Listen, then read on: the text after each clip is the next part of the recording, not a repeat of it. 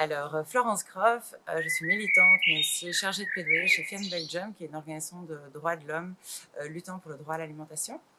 Et c'est à ce double titre que je suis l'une des cibles d'une plainte déposée par SOCFIN en 2019. Question, quel était l'impact sur notre travail en faveur des droits de l'homme?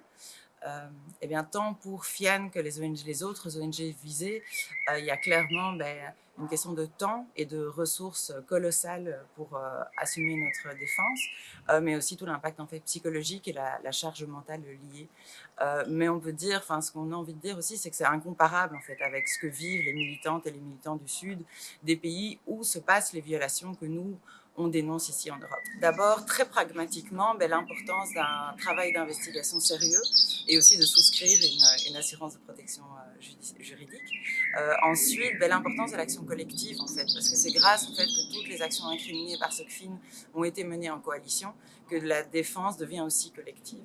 Et puis enfin, la possibilité en fait de retourner ces poursuites bâillons contre les plaignants, euh, et que ce soit par exemple pour obtenir des informations clés à la lutte des communautés affectées, ou alors encore en contre-attaquant ces mêmes multinationales pour poursuites abusives devant les tribunaux.